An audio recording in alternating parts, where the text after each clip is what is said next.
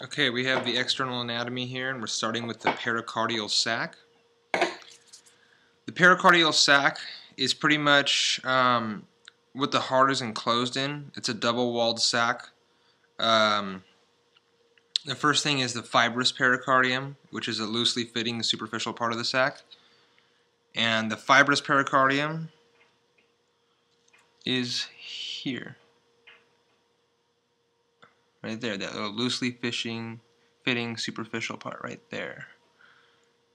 And then the parietal pericardium, the parietal layer pretty much lines the internal surface of the fibrous pericardium. So it's the more internal surface of the fibrous pericardium, which I just showed.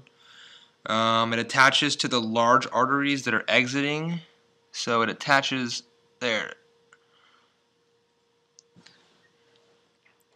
And then the visceral pericardium, which is also called the epicardium, is part of the heart wall here.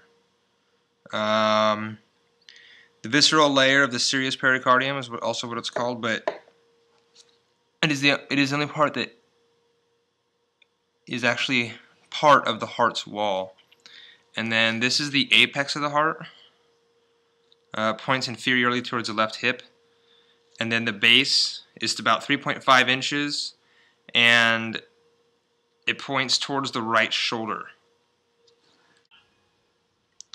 Okay, here we have the left and the right atrium. This is the right atrium, which is deoxygenated, meaning it's oxygen-poor blood and rich in CO2. Above it is the superior vena cava, which oxygen-poor blood is going into the right atrium. Then the left atrium is oxygenated, meaning it's oxygen-rich blood and poor in CO2. Auricles are small. There's two of them right here. We have the right and the left.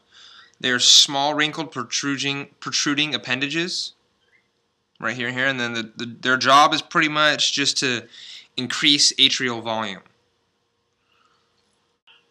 Okay, here we have we have the right ventricle, which is located directly here. And then we have the left ventricle, which is a little bit lower than the right ventricle. So right ventricle, left ventricle. And then between the two, right here, this is the interventricular sulcus. And within this, the blood vessel that is contained within this is the posterior interventricular artery. Above that is the pulmonary trunk. This is the pulmonary trunk. It's oxygen poor, carbon dioxide rich. The blood's dark red. It pumps through the right atrium and passes into the right ventricle, which pumps it to the lungs via the pulmonary trunk. So the pulmonary trunk runs diagonally up for about 8 centimeters, then divides abruptly to form the right and left pulmonary artery. Okay, here we're talking about the aorta. The aorta is located here in the heart. It's directly above the left pulmonary artery. The aorta, the way it works is that blood enters into the left ventricle through the pulmonary veins and then out the aorta, and the aorta sends blood, oxygen-rich blood, to body tissues. The aortic arch was cut here, so I can only demonstrate how this was done through verbal communication. So the aortic arch would normally come up like this, and the first vessel coming off of it would be the brachiocephalic trunk, and then the next one over would be the left common carotid artery, and the next one over would be the left subclavian artery. So those are the three vessels coming off of the ascending aorta. Okay, here we have the posterior side of the sheep heart, and here is the superior vena cava, and here is the inferior vena cava. So when we flip it over to the anterior side, the coronary sinus runs right along here, and it is more posterior to the heart, so you can't see it on the surface. It collects blood draining from the myocardium and empties the blood into the right atrium. The blood in the coronary sinus is deoxygenated.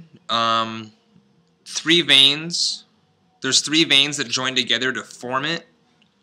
And yes, they are classified as veins, not vessels or arteries. There are three veins that join together to form the enlarged vessel, which is known as the coronary sinus. Okay, so here we have the pectinate of the inner wall of the right atrium. And the pectinate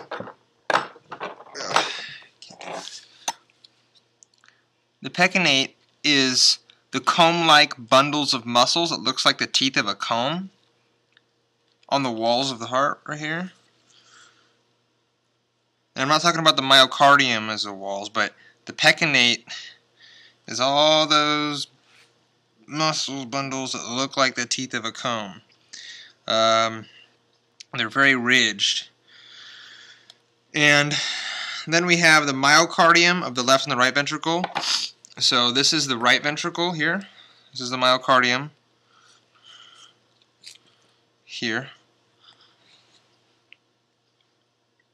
Myocardium. And then the myocardium of the left ventricle is here. But the myocardium of the left ventricle is 3 times thicker, and I believe that's because the left ventricle is in charge of pumping blood to the body tissues rather than pumping blood to the lungs, which is the right ventricle. So the left ventricle is pumping blood to all the body tissues, and during exercise it's going to be under a lot more stress getting blood to, all the muscles, everything like that. And so for it to be thicker means that it can handle all that stress. Okay, to start off here we have the trabeculae carneae.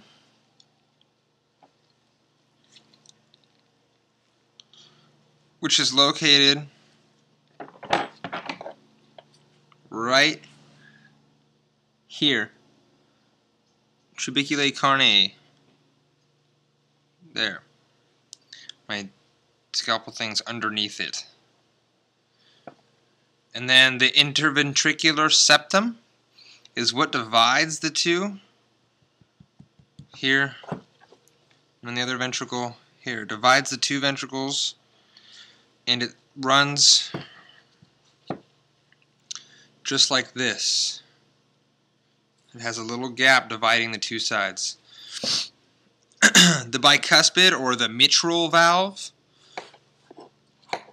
is located here. This is the mitral valve.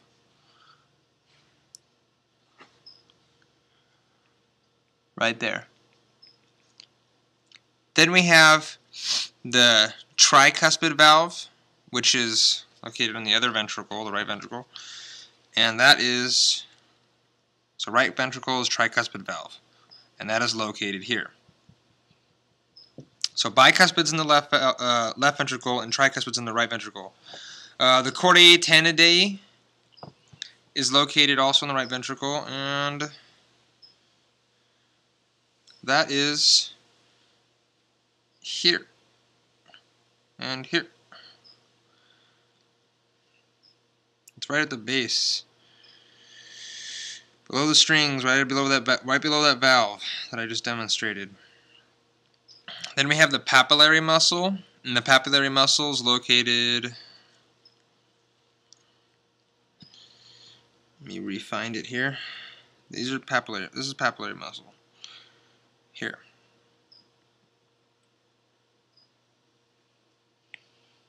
Right there.